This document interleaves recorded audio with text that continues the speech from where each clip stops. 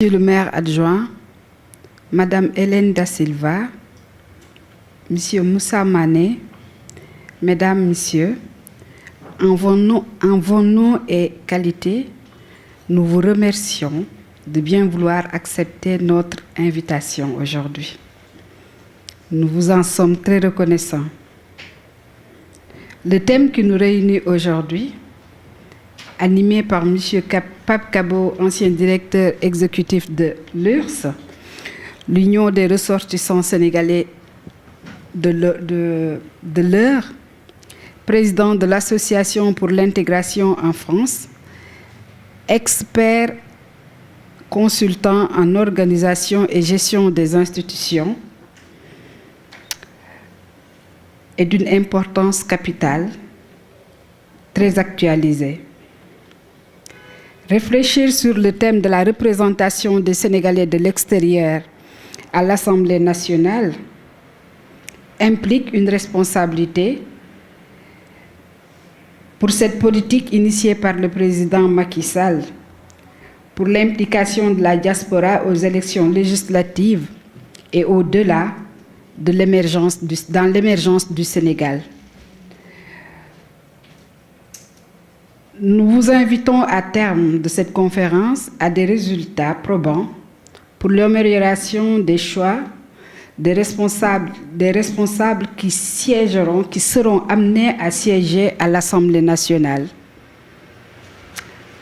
Je vous remercie et je passe la parole à M. Pape Kabo.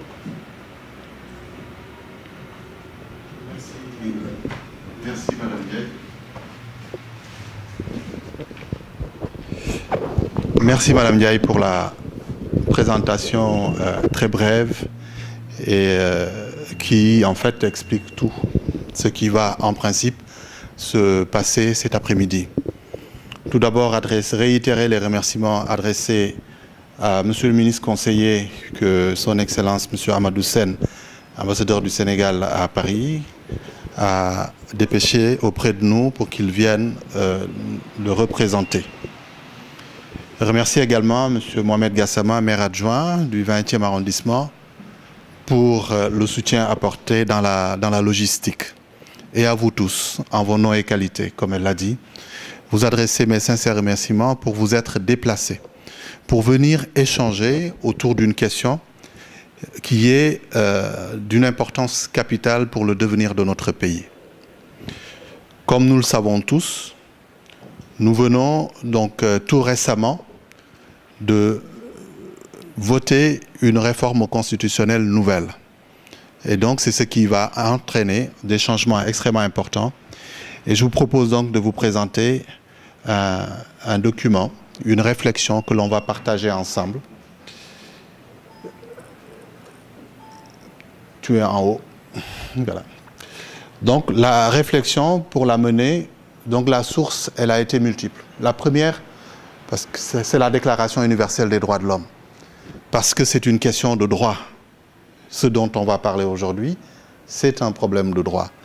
Ça a été à l'origine la réflexion qui a été portée des années durant pour appeler les autorités à prendre en compte une préoccupation ancienne qui est celle des travailleurs sénégalais établis à l'étranger.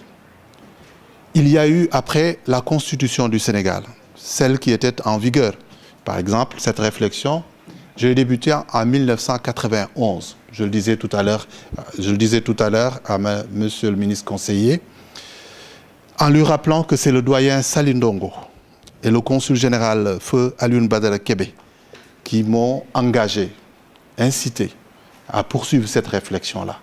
Parce qu'en plusieurs occasions, j'avais interpellé l'ambassadeur de l'époque, son Excellence Massamba Sarré, qui était ambassadeur du Sénégal à Paris, pour lui faire comprendre, lui rappeler, ce qu'il savait d'ailleurs, que dans beaucoup de pays aujourd'hui, la tendance était à l'implication de leur diaspora dans la gestion de leur pays.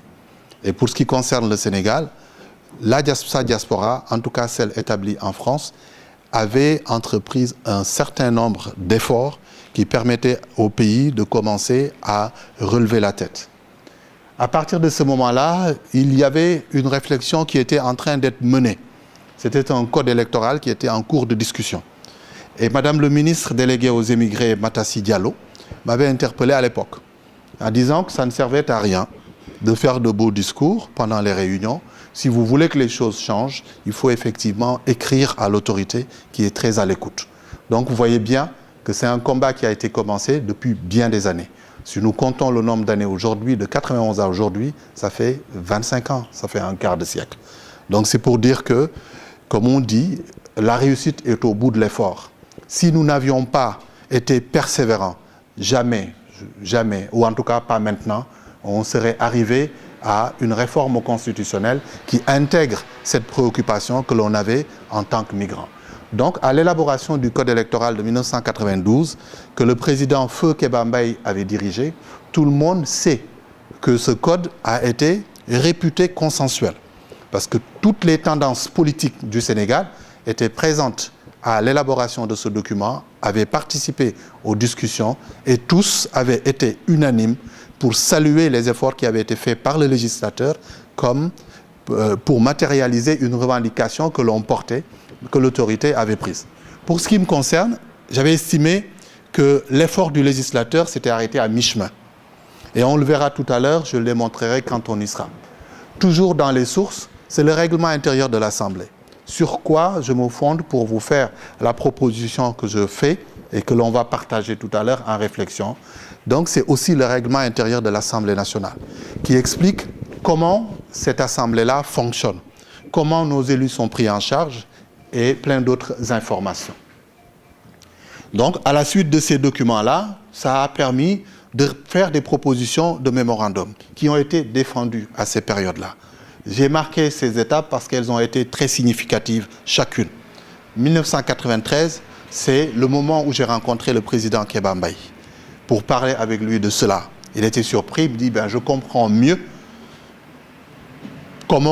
pourquoi ce document, je comprends mieux aujourd'hui le document que j'ai lu. » Donc pour dire que l'idée est pertinente, mais la présentation qui en était faite était une présentation à son sens, un peu trop syndical, c'est-à-dire un peu trop agressif.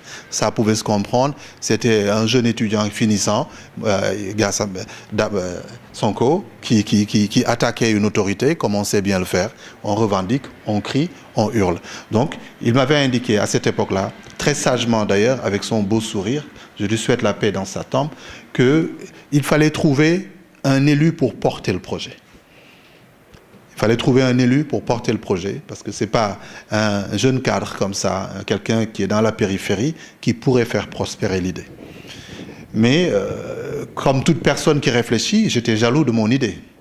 J'ai mis du temps. C'est pourquoi vous verrez de 97 à 2000 pour accepter maintenant l'idée d'aller confier l'idée à quelqu'un pour qu'il la travaille, pour qu'il la porte. Donc c'est pourquoi de 93 à 2000, je n'ai pas souhaité rencontrer quelqu'un parce que j'étais jaloux de mon idée. C'est Samakhalat, le manque ou Gisma, comment. Donc c'était pas ça. Et quelque part, ça nous a un tout petit peu retardé. En 2000, donc c'est quasiment tous les élus qui ont été rencontrés. Et on le verra dans la conclusion tout à l'heure. Ces étapes sont importantes. 2000, ça correspond avec l'élection de Maître Abdoulaye Wade, parce que j'avais attendu, ça ne s'est pas fait.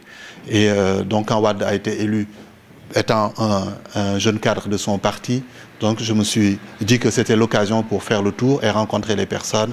Ça n'avait pas bougé, c'était une nouvelle élection. En 2001, on allait vers l'élection des députés et c'était prématuré pour un nouveau président lui demander de changer certaines choses. Et pourtant, il avait l'occasion, parce que c'est en 2000 qu'il a décidé de porter le nombre de députés de 120 à 130. Là, on avait raté le tournant. Mais ça pouvait également se comprendre. C'est seulement en 2005 que maintenant, avec le président Macky Sall, qui était à l'époque son premier ministre, j'ai rencontré donc les professeurs Madior Diouf, Ibader Thiam, professeur Bathily, tous ces Moupaté, paix à son âme, et le professeur Maguette Thiam pour échanger avec eux sur ce document qu'ils ont tous salué. Dans le document, il y a des rapports aussi qui ont permis son élaboration. Le rapport OCDE, le rapport de l'FMI, qui parlent justement de certaines préoccupations. Parce qu'en fait, là, comme on le voit, il n'y a pas que des problèmes juridiques, mais il y a aussi des problèmes économiques qui sous-tendent cette réflexion que je souhaite partager avec vous. Le contexte dans lequel nous nous trouvons, nous sommes dans un contexte où il y a une nouvelle constitution qui vient d'être adoptée. L'adoption d'une nouvelle constitution engendre un certain nombre de prises de mesures. Des mesures qui vont dans le sens de réformer le code électoral en vigueur. Comme vous pouvez le voir, le code électoral, j'ai plusieurs versions ici. À chaque moment de la vie, le code a été retouché. Plusieurs fois dans la vie, le code a été retouché. Encore plus maintenant où nous venons d'adopter une nouvelle constitution qui prévoit dans ses dispositions que les Sénégalais de la diaspora vont enfin pouvoir avoir des députés à eux dédiés. Donc notre réflexion d'aujourd'hui, ça va porter sur cette question-là. Donc je le disais tout de suite, il est important, il va falloir prendre des décisions. Des prises de décision par rapport à la question de la représentation des Sénégalais de la diaspora qui nous est dédiée. Parce que justement, c'est une réflexion qui a été mise.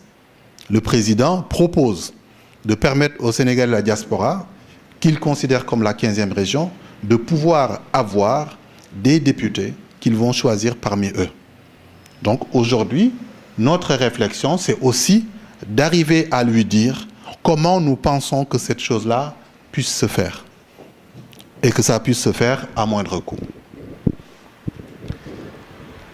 Notre réflexion d'aujourd'hui va forcément contribuer, et c'est ce qu'attend d'ailleurs le président de la République, comme tout autre responsable de la société civile et les acteurs politiques également. Aujourd'hui, il s'agit de concertation. Nous sommes à distance, notre concertation avec l'autorité, c'est ce que je vous propose aujourd'hui, de mener une réflexion qui lui parviendra, et ce sera une contribution par rapport au document qui va matérialiser le nouveau code électoral par lequel les dispositions qui vont permettre la gestion de cette question-là seront précisées. Comme vous pouvez le voir, aujourd'hui, il s'agit d'abord de faire un constat. Ça, c'est la situation réelle. Comme vous le voyez, je matérialise d'un côté le Sénégal et de l'autre la diaspora. Lorsque, par exemple, mes frères, mes sœurs, mes oncles, mes tantes, les vôtres qui sont au Sénégal votent, lorsqu'ils mettent un bulletin dans l'urne, ce bulletin-là, il compte deux fois. Il compte dans un premier temps pour la liste nationale et il compte dans un second temps pour la circonscription locale. En clair, pour par exemple Cheikh Omar qui habite le département de Sédhiou, lorsque sa famille à Sédhiou jette le bulletin dans l'urne, ce bulletin-là, il compte pour l'élection du député de la circonscription de Sédhiou et ce même vote est pris dans un second temps pour compter dans l'élaboration, l'estimation ou le décompte de l'élection des députés au plan national. Parce qu'au Sénégal, l'élection se passe sur deux listes. Une liste majoritaire au niveau des départements. Celui qui est majoritaire, il prend, c'est ce qu'ils appellent le système du Raougadou.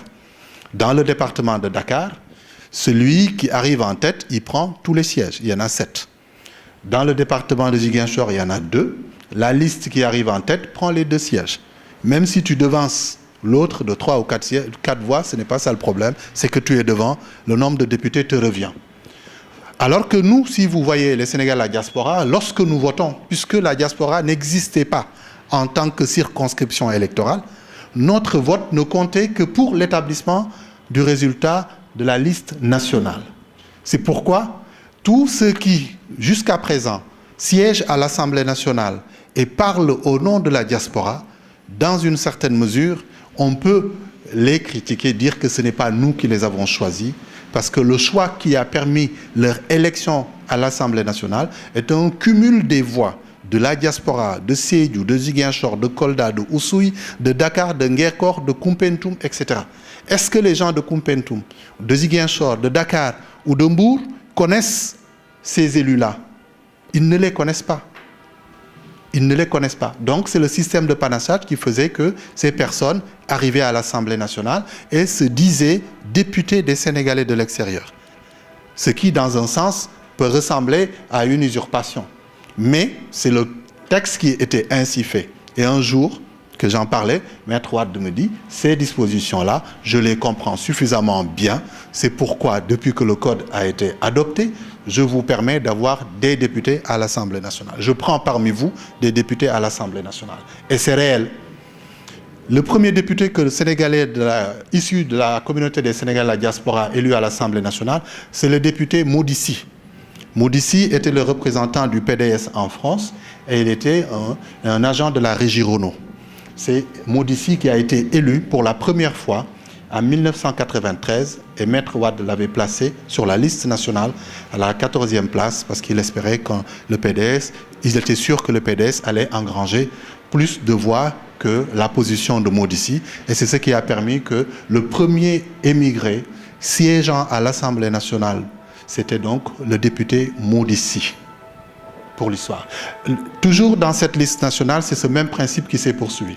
5 ans après, en 1998, rebelote, puisque le code n'avait pas été modifié, donc c'est à nouveau le même Modissi qui a été reconduit par Maître Abdoulaye Wade sur une position éligible et il est à nouveau passé député, mais toujours sur la liste nationale avec le panassage des voix.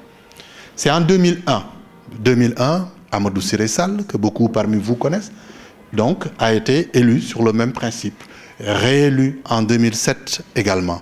Donc c'est pour dire que jusqu'à cette époque, jusqu'à aujourd'hui, si le code électoral n'est pas modifié, il le sera parce que c'est une décision forte que le président de la République a prise en l'inscrivant dans la Constitution.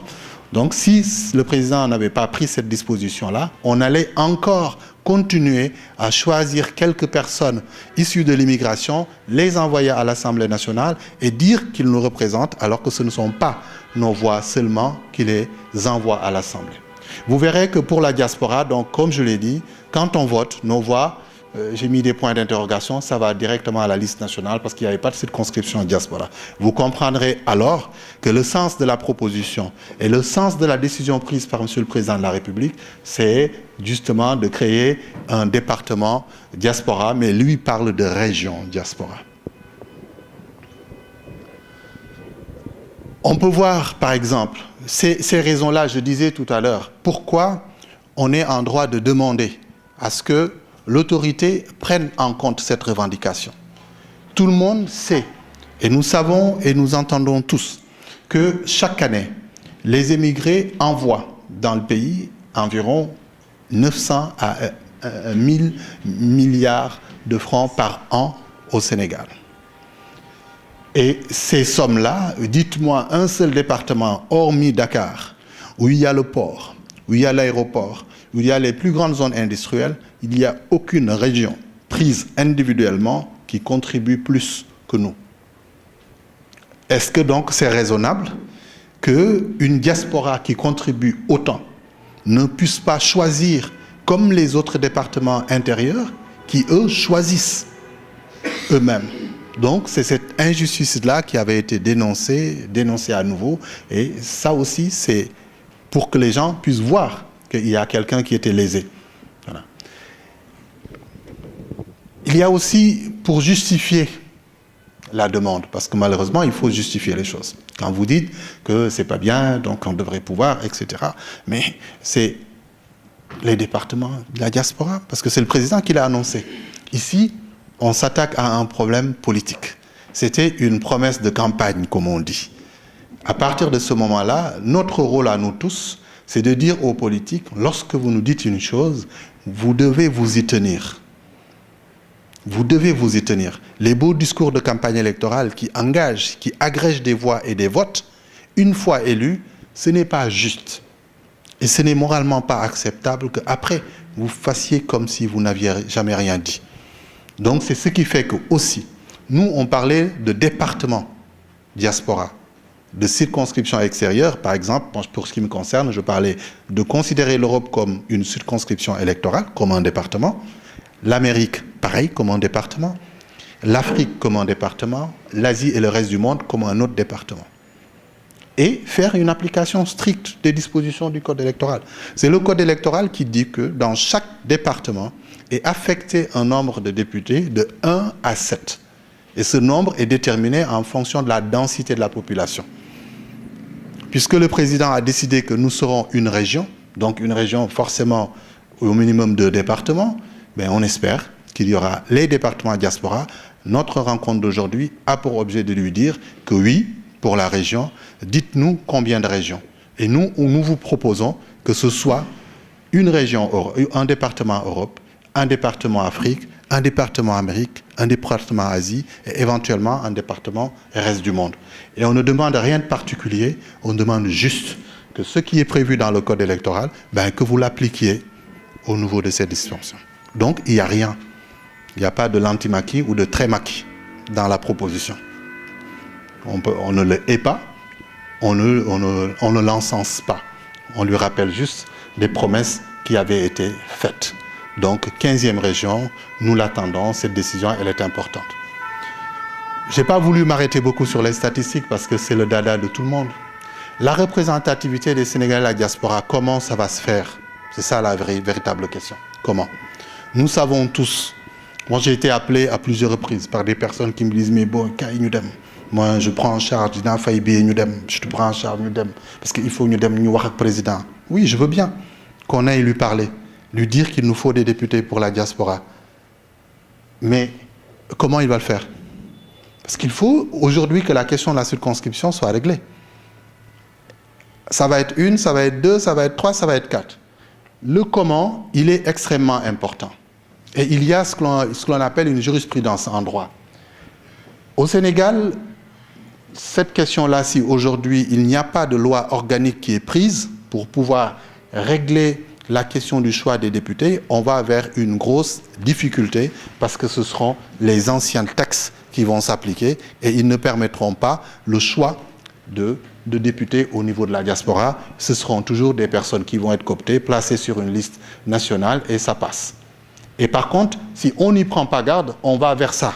Il y a de fortes probabilités pour que l'on en arrive à cette possibilité-là. Parce qu'il y a des contraintes au WADA qui imposent aux États africains de ne pas toucher à leurs textes législatifs 6 mois avant l'élection. Si on sait que les députés dont les mandats sont en cours actuellement, leur mandat arrive à échéance le 30 juin. Le 30 juin, ces députés qui sont élus au Sénégal, leur mandat sera terminé, donc ils ne pourront plus siéger, sauf s'il y a une prorogation. Donc, on risque de nous trouver devant une situation où, si on ne prend pas les dispositions, je vous parle du 30 juin donc, au plus tard, le 20, 25 ou 31 décembre 2016, si le code électoral n'est pas modifié, on aura un problème. C'est ce qui fait qu'aujourd'hui, nous faisons cette proposition-là pour faciliter la réflexion de M. le Président de la République. Et nous le faisons en douce, alors que c'est une vraie pression que nous exerçons, mais en douce avec intelligence. Contrairement à ceux qui s'acharnent sur lui au niveau local, qui partent de partout pour aller le rencontrer et mettre la pression pour qu'il règle cette question.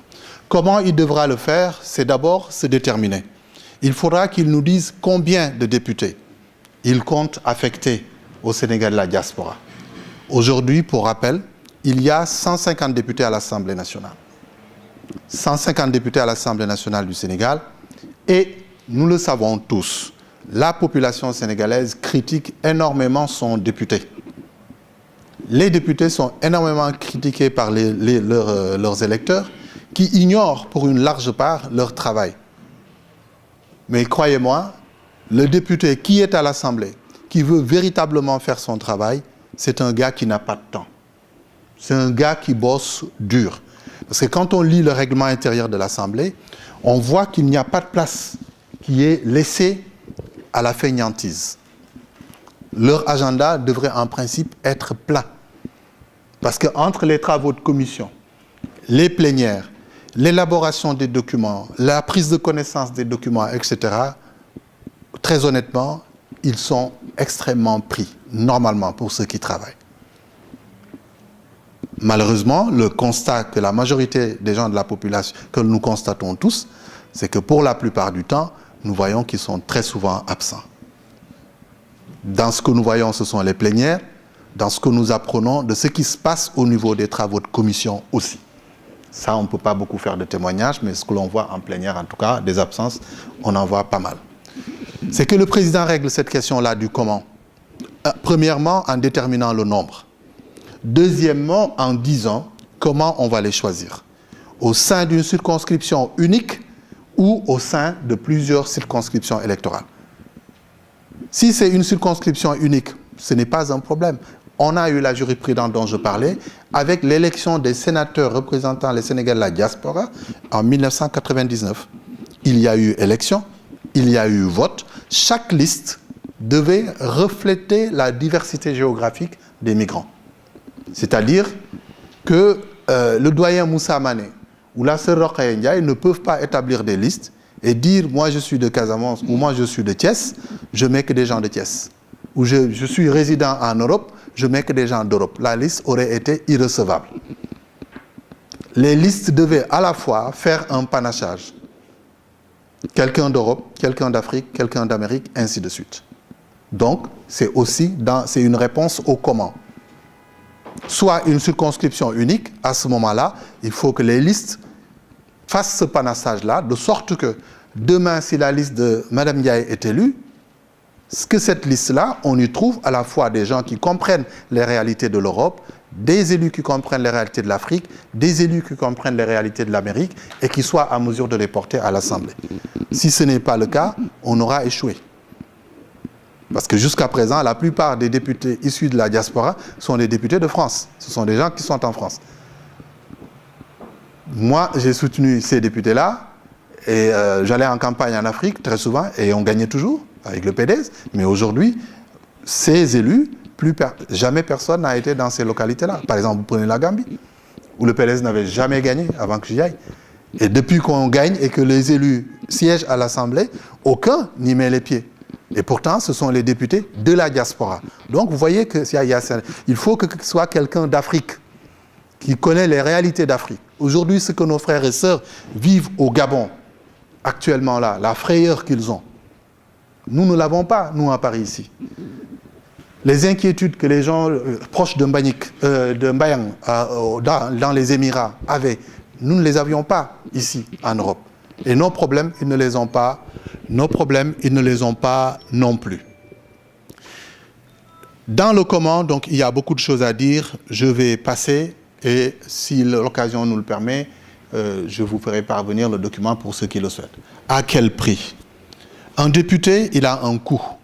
Un député, ce n'est pas gratuit sa mission. Elle est rémunérée. Dans tous les pays du monde, en tout cas dans la plupart, au Canada, ailleurs, il paraît qu'ils sont pris en charge autrement. Mais en tout cas chez nous, ils perçoivent une rémunération mensuelle. À côté de cela, il y a donc dans un premier temps la rémunération que l'élu reçoit. C'est une rémunération pour le député simple. C'est une rémunération aujourd'hui qui est de 1 300 000. Quand un député est élu à l'Assemblée nationale, il reçoit un véhicule de fonction. Ça, c'est sous Wade. Sous Diouf, c'était les députés membres du bureau de l'Assemblée, le président de l'Assemblée, les vice-présidents, le questeur et son adjoint, et les présidents de commission, c'est eux qui étaient dotés de véhicules. Mais quand Wade est arrivé en 2000, il a dit que ce n'est pas normal, parce que ça a été un opposant. Il a subi un peu l'inéquité par rapport à cette question, parce qu'il a été pendant plusieurs fois député opposant, et il a vu que ce n'était pas juste. Que les députés membres du bureau, parce que c'était le parti au pouvoir qui prenait tous les sièges, de membres du bureau, à part le poste de président de groupe parlementaire, et tout le reste c'était avec eux. Donc, on n'est pas dupe. On sait très bien qu'un député qui a des moyens, ces moyens-là servent aussi à la campagne et à la politique pour le parti qu'il a envoyé à l'Assemblée nationale. Donc, quand il est arrivé, il a estimé que ce n'était pas juste. Il a doté tous les députés, membres du bureau ou pas, d'un véhicule. Alors, tous les députés également qui sont élus à l'Assemblée nationale sont logés.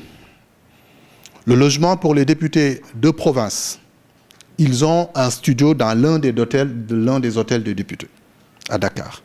C'est normal, c'est une prise en charge, il faut le leur accorder. Mais cela a un coût. Le véhicule, c'est pas banal, c'est un véhicule 4x4. Le salaire, on voit très bien par rapport aux revenus des Sénégalais, c'est pas un tout petit revenu. Mais ça vaut le coup pour le travail, s'ils le font. C'est pour les membres du bureau. Alors, donc je disais tout à l'heure que les conséquences par rapport à la nouvelle disposition issue de la réforme constitutionnelle, c'est que si le président écoute ceux qui exercent cette pression-là sur lui, pour l'amener à dire qu'il envoie 15 députés immigrés à l'Assemblée nationale, qui va augmenter le nombre de députés, sa mesure, à mon sens, sera très impopulaire. Parce que pour un tout petit pays endetté comme le Sénégal, vouloir encore nous rajouter aux 150 députés qui sont là, qui sont lourdement pris en charge, rajouter encore un nombre de députés, pour moi, ce n'est pas la solution. Si vous vous souvenez bien, tout à l'heure, j'avais évoqué le mode d'élection. Soit on est élu sur la liste nationale, soit sur la liste départementale, au niveau des circonscriptions. Il ne s'agit pas pour nous de toucher aux circonscriptions. Les 45 départements du Sénégal devront avoir leur élu. Mais la liste nationale, à partir de laquelle tous les Sénégalais sont d'égale dignité, égales à part entière sur cette liste-là, on devrait, c'est le sens de la proposition, monsieur le ministre conseiller, que je vous prie de transmettre à monsieur l'ambassadeur, c'est le sens de la question que le président de la République n'augmente pas le nombre de députés. Qu'il n'augmente pas le nombre de députés, ce n'est pas pertinent. Augmenter le nombre de députés, c'est augmenter des charges. On le verra tout à l'heure, vous l'avez vu déjà. Là, il s'agit de faire une mesure, de prendre une décision politique courageuse. Et en 2005, il avait répondu pour dire que c'était bien. J'ai rencontré le professeur Madior Diouf du RND. Il m'a dit, je ne trouve pas meilleure solution que ça. Le professeur Bachili de la LDMPT, la même chose. Je ne trouve pas meilleure solution que ça. Khalifa Sall, à la place d'Ousmane Tanor Dieng, qui était absent de Dakar à cette époque-là, qui n'a pas trouvé mieux. Mamadou Diop Decroix, que Landing Savané m'a demandé de rencontrer à cette époque-là, qui me dit n'avoir pas trouvé mieux. Donc, pour vous dire qu'aujourd'hui, tous les leaders politiques, en tout cas à la grande majorité, ceux que l'on peut appeler des experts ou des éminences grises en matière politique, trouvent que la proposition que je vous fais là, que je demande à monsieur le ministre conseiller de porter auprès de l'ambassadeur et auprès du ministre des Affaires étrangères et des Sénégalais de l'extérieur, c'est celle-là. C'est de dire à monsieur le président de la République que la revendication des Sénégalais de la diaspora, il peut la satisfaire. Mais satisfaire cette demande-là ne veut pas forcément dire augmenter des charges, augmenter le nombre de députés. La proposition pertinente que nous lui faisons et qui lui permet de régler la question de la représentation des Sénégalais à la diaspora, c'est juste de prélever de la liste nationale, le nombre de sièges à affecter aux Sénégalais de la diaspora, et le problème est réglé. Il n'y aura pas de dépenses supplémentaires. Maintenant, les sirènes, les groupes de pression, les lobbies qui l'envahissent et qui mettent la pression sur lui pour qu'il engage cette réforme-là en augmentant des charges, croyez-moi, ça risque encore de nous amener des soulèvements et de rendre la mission du député encore beaucoup plus inacceptable. Nous avons vu qu'ils ne sont pas sous-payés. On verra en conclusion ce que ça nous coûte. Aujourd'hui, si le président de la République décide d'augmenter, par exemple, le nombre des députés de 10, il aura engendré 2,345 milliards de charges pour le Sénégal. 10 députés. Il augmente 10 députés pour leur mandat de 5 ans. Ça fait minimum cela, en ne prenant en compte que les 3 postes que je vous ai fait apparaître tout à l'heure. Et l'on sait que ça ne s'arrête pas là. Devons-nous rester silencieux et laisser juste les grands lobbies aller vers lui pour le pousser à prendre des mesures impopulaires? Celle-là, elle en sera une. Augmenter le nombre des députés pour régler la question des députés des Sénégalais à la diaspora, ce n'est pas pertinent. il y a une autre solution et c'est celle-là. Et ça fera économiser à l'État ces 2 milliards 345 qui peuvent servir à autre chose. Combien de lycées on peut faire avec? Combien de collèges?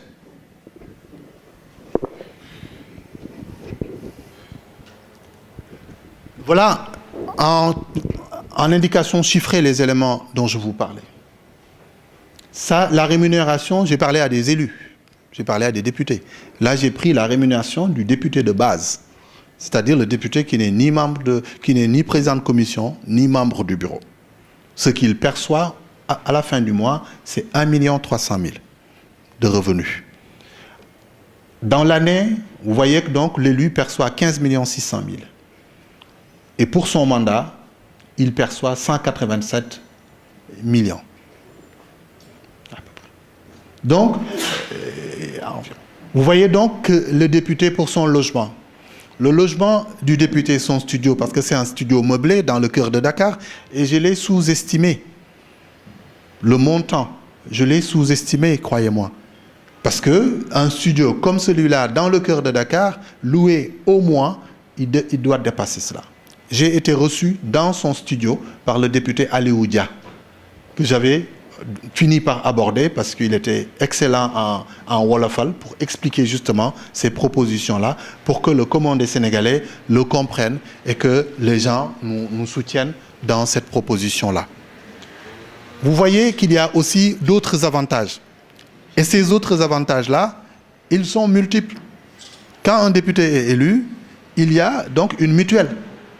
La mutuelle prend en charge la famille, l'épouse, les enfants, quelquefois on lui guise l'oncle, la tante, etc.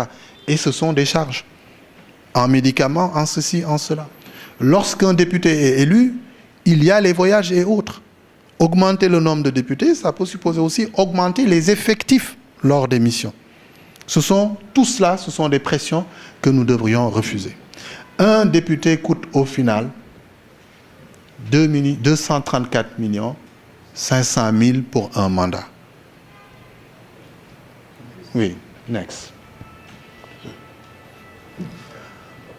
On voit donc que pour cette assemblée, si on fait le choix, c'est ce choix-là que je trouve pertinent.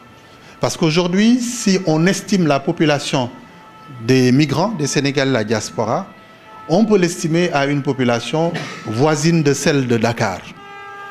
Puisque c'est Dakar qui a le plus de postes de députés octroyés, avec 7, on peut légitimement accepter que le président de la République octroie un siège de plus, voire aller jusqu'à une dizaine, ça peut être raisonnable. Mais je précise encore une fois, ce chiffre, je l'ai pris parce que ça semble être la tendance vers laquelle le président va aller. Parce que dans les mémorandums que je lui ai envoyés, j'avais déterminé le nombre X de députés. Le X en lettres grecques, ça veut dire 10. Mais je ne demandais pas 10 députés. Je disais le nombre X, c'est-à-dire à lui de voir, mais qu'il fasse application du code électoral. Et la question aurait été réglée. Donc, on voit ce que ça coûte. Imaginez, par exemple, que le président augmente et qu'il nous augmente 15 députés. Voilà ce que ces 15 députés-là coûteraient à la République. Au bas mot. Oui, au bas mot. Ça, encore une fois, comme je le dis, c'est en prenant le député de base. Le député de base, qui ne coûte que ça, qui n'a pas d'essence, qui n'a pas le second véhicule. Parce que les députés membres du bureau de l'Assemblée, ils ont un second véhicule. Les députés membres du bureau de l'Assemblée sont pris en charge par le logement. Les membres du bureau, ce sont donc le président, qui est élu pour 5 ans. Il y a 8 vice-présidents, 6 secrétaires élus, 2 questeurs. Et les présidents de groupes parlementaires. Il y a 2 groupes parlementaires. Donc, eux tous bénéficient du véhicule que tous les députés ont et ont un second véhicule qui est lié au rang qu'ils ont, au rang de membres du bureau de l'Assemblée. Donc, on voit très bien que là, si on voulait pousser l'analyse, le but, ce n'était pas de faire peur, mais c'est de montrer qu'il y a un coût qui est assez élevé. Et ça, dites-vous bien que si M. le Président de la République adopte la disposition de ces lobbies qui veulent le pousser à mettre 15 députés, voilà ce que ça peut nous coûter au minimum. Et ça ne va pas s'arrêter là. Ça voudra dire que tous les 5 ans, il faudra qu'on ressorte encore ces sommes-là. Ça peut aller ailleurs, raisonnablement. Ça peut aller ailleurs. Hein? Voilà. Vraiment, je pense qu'on peut continuer jusqu'à ce soir, mais je préfère vous laisser quand même la parole pour qu'on fasse un travail interactif. Je vous remercie pour votre bien aimable attention.